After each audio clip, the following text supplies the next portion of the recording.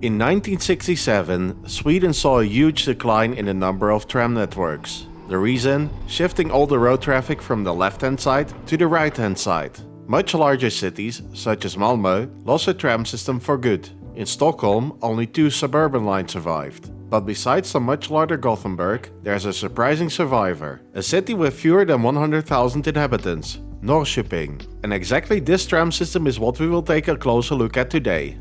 The planning for a tram system in the city of Norrköping started in 1902, when the municipality entered an agreement with the company AEG for the construction of a power plant and a tram network. The tram system opened in 1904, and as it was built by AEG, rather obviously it was an electric tram system from the very start. Initially, the tram system formed a single-track figure 8 throughout the city center, which very quickly received its adjustments by replacing the tracks to better serve the railway stations. It also received its first extensions very quickly, and the system became double-tracked not much later. From the late 1920s until the late 1950s, the system grew rather quickly and started shaping the network as we know it today. However, a major twist followed. The rather famous Dagen H on the 3rd of September 1967. This day is mostly known for being the day that all the Swedish road traffic shifted from left-hand traffic to right-hand traffic. This has not been applied to the metro or railways. For trams, this of course had a major impact, and only 2 systems,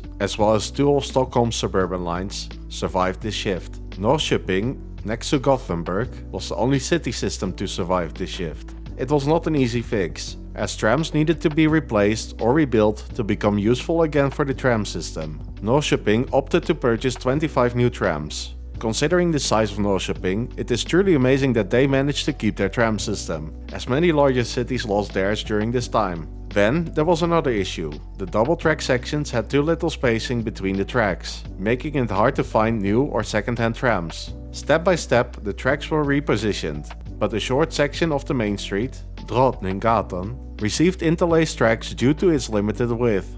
The last extension of the system was built in 2011, which connected the very interesting shaped housing development of Ringdansen to the tram system.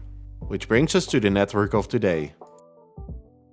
This is the tram network of Norrköping.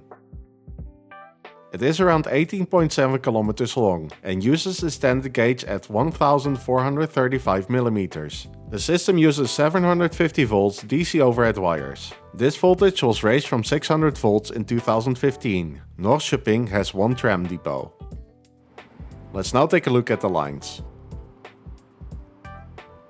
We start off with line 2, as line 1 is a heritage tram line that runs through the city center during the summer period. Line 2 runs between Friedwalla and Van Beet. It passes east of the city center along Östra Promenaden. Line 2 is 11.8 kilometers long.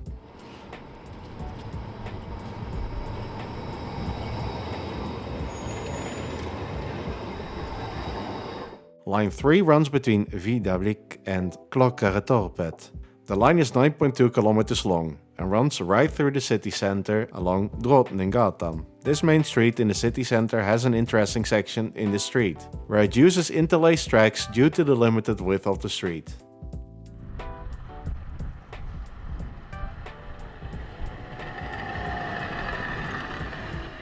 Both lines 2 and 3 share tracks between Hagaskolan and Rådhuset, where they provide a connection to the central station of Norrköping at the stop Rese Centrum. Another important stop on the tram network, and for all of the public transport in the city, is the stop Södertull. Here both lines 2 and 3 meet each other again, and trams tend to stand there for a little bit to provide connections to each other, although it does not seem to be fully according to the rendezvous principle, like we see with the night trams in Prague. And this is likely the case as trams run every 10 minutes, so if there is a slight delay, there is not as much time lost.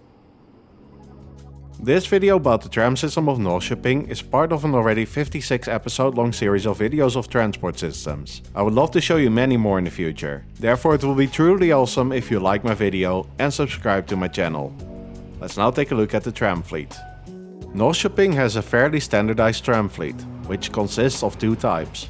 The oldest type is the Duewag M97, which is a modernized version of the Duewag GT8. Norrköping is not the first city to own them. as the trams were operating in Duisburg and Dessau before they found their new home in Sweden. These trams are around 60 years old right now and were delivered to Norrköping in the 90s. They are unidirectional and consist of 3 sections. The second type in the fleet is the M06, which is part of Bombardier's Flexity classic family. These trams were built between 2007 and 2012 and consist of 3 sections. Interestingly, the trams are bidirectional, although Norrköping has turning loops at each end of the line. Not every M06 arrived directly to Norrköping, as some of them have started their operational life in Stockholm. One interesting fact is that Norrköping also used to have a couple of Tatra T6A2Ds, which were bought from Berlin. They were used as a stopgap, as the then new M06 trams were delayed. Let's now take a look at the future. Well, I wish there was some actual news on this topic. I see mostly a lot of proposals when researching this video, but mostly a lot of projects that were put on hold or cancelled around the time of the pandemic. One of such projects would have been to rebuild the tram along Kungsgatan, basically restoring the 8-figure which used to be there in the very beginning of the tram network. Another project was to provide a shorter connection of Line 2 to Södertull. And that's it for the tram system of Norrköping. Click here to watch my video about the tram system of Helsinki. And as always, thank you for watching.